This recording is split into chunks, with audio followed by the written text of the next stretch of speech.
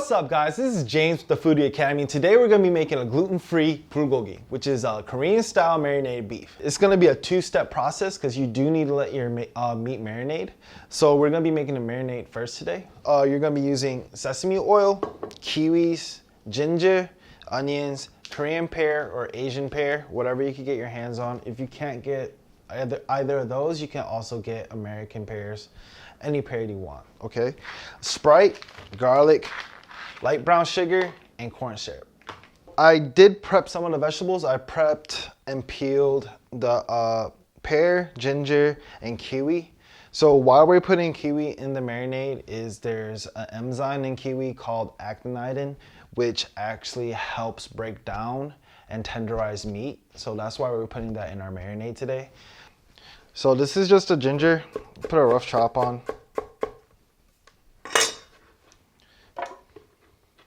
Like I said, you can use more ginger if you like. I'm not a huge fan of ginger. This is the pear.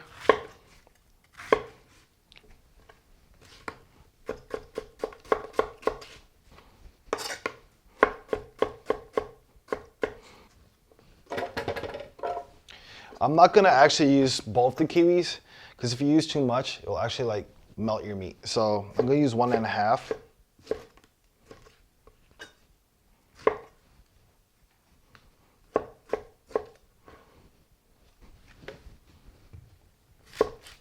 Then I'm going to use half this onion.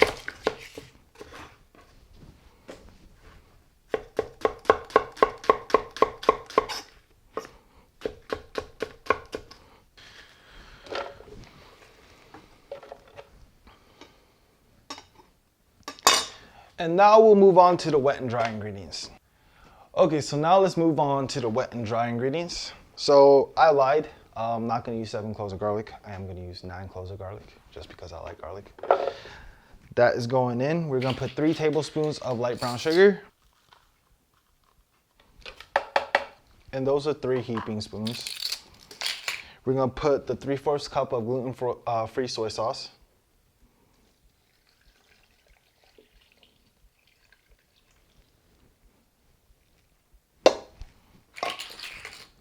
Then we're going to put half a cup of corn syrup.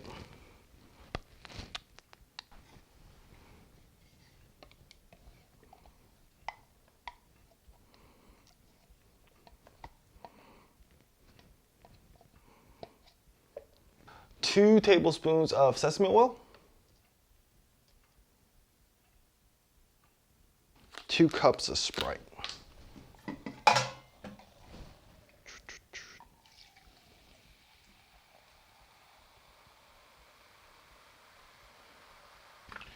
Two cups.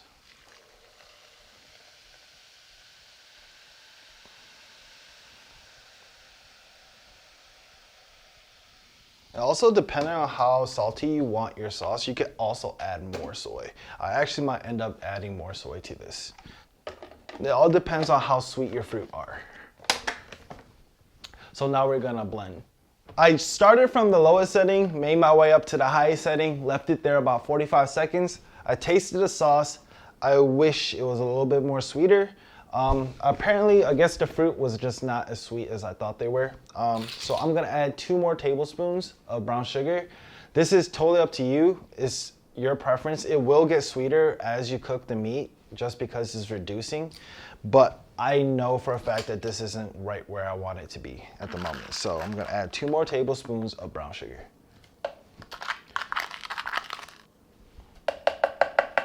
All right guys, so now we're done with the marinade. We're gonna marinate the meat now. What I have here is thinly sliced ribeye.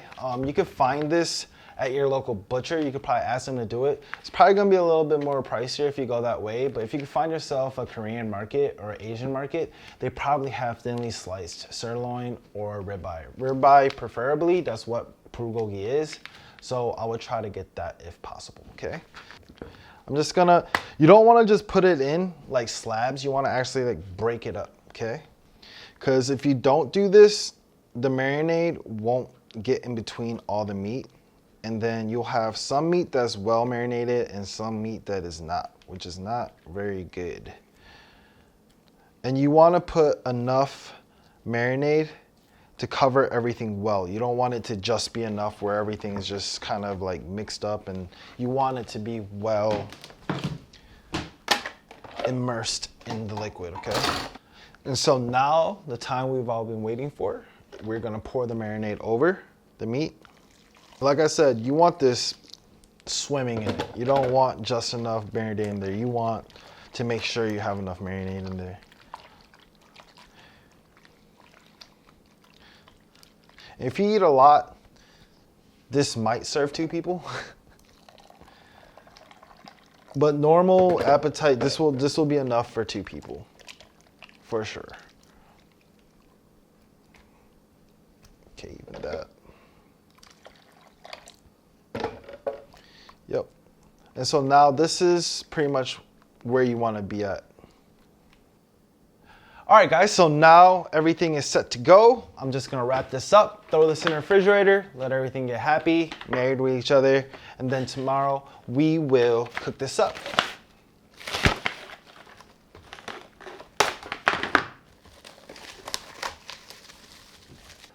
All right, guys, so now that we let the meat marinate, we're gonna cut our vegetables and prepare to cook the meat. Okay, so I have an onion and I have some scallions. You don't have to use all of this. I'm probably only gonna use maybe a quarter of the onion for the amount that we're making today. So let's get started.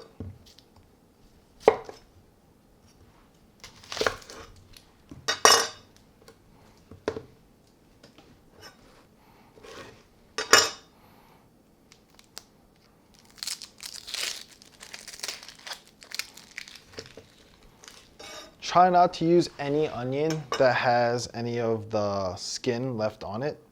Any like green, super green, or the yellow oranges skin you want to get off, because that is pretty tough to chew. Even though some parts may not seem like they're tough, they are tough. So we want to get rid of that. And we're going to do, I would say, about a 1/4 inch thick, well, 1/8 of an inch thick slices. You don't want it to be too thin because it'll just disintegrate while you're cooking.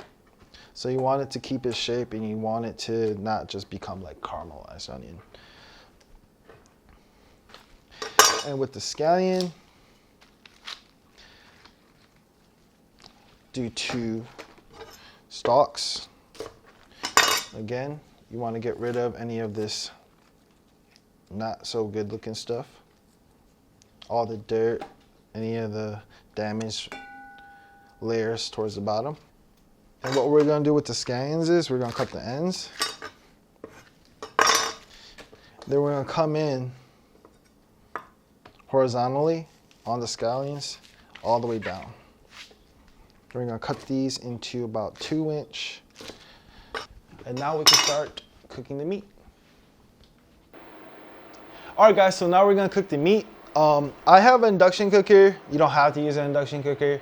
So basically, I would cook it on high at first, because when you put all this cold meat on, it's gonna bring the temperature down on the pan. So you wanna get the pan pretty hot, almost to the smelt point of your oil. I'm using avocado oil because it has a high smelt point. And what you wanna do is basically cook the meat down until there's almost no runny juice left, okay? You wanna kind of caramelize the meat. And then we're gonna add the vegetables towards the end. When there's about like 2 or 3 minutes left, we'll add the vegetables. So let's get started. I would call that about a tablespoon, a little bit more than a tablespoon of oil. You wanna coat the whole pan. I'm using a cast iron pan, but for this video, we'll just cook a 1/2 pound. And so we're starting to see the smoke from the pan. So you want that sizzle.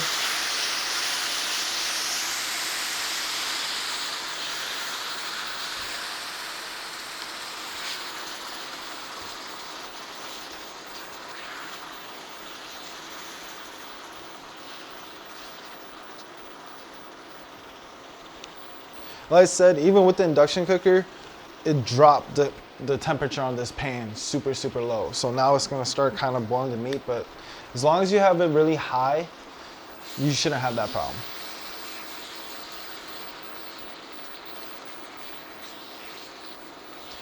The thing you don't want to really do is kind of boil the meat, because then it's going to kind of get rubbery. You want to always kind of cook it at a high heat. All right, guys, now this has been going for about 4 minutes. I'm reducing all the juices that have come out the meat. Now it's starting to actually start caramelizing a little bit. I'm going to add the vegetables.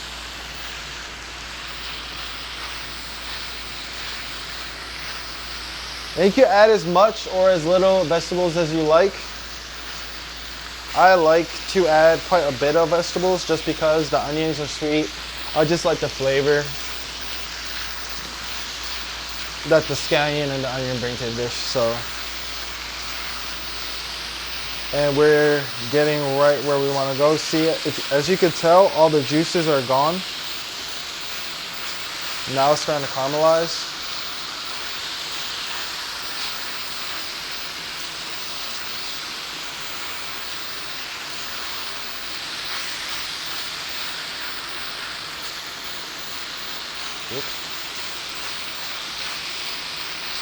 And you don't want these onions just like, you want it to have some body. You want it to be able to hold a shape. You don't want it to be just like super mushy.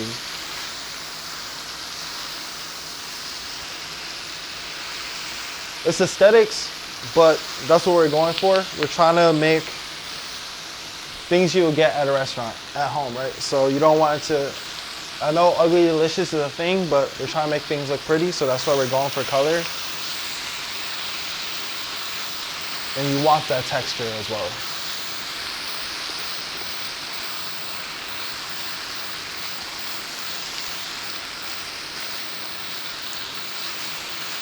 I'm gonna call this done.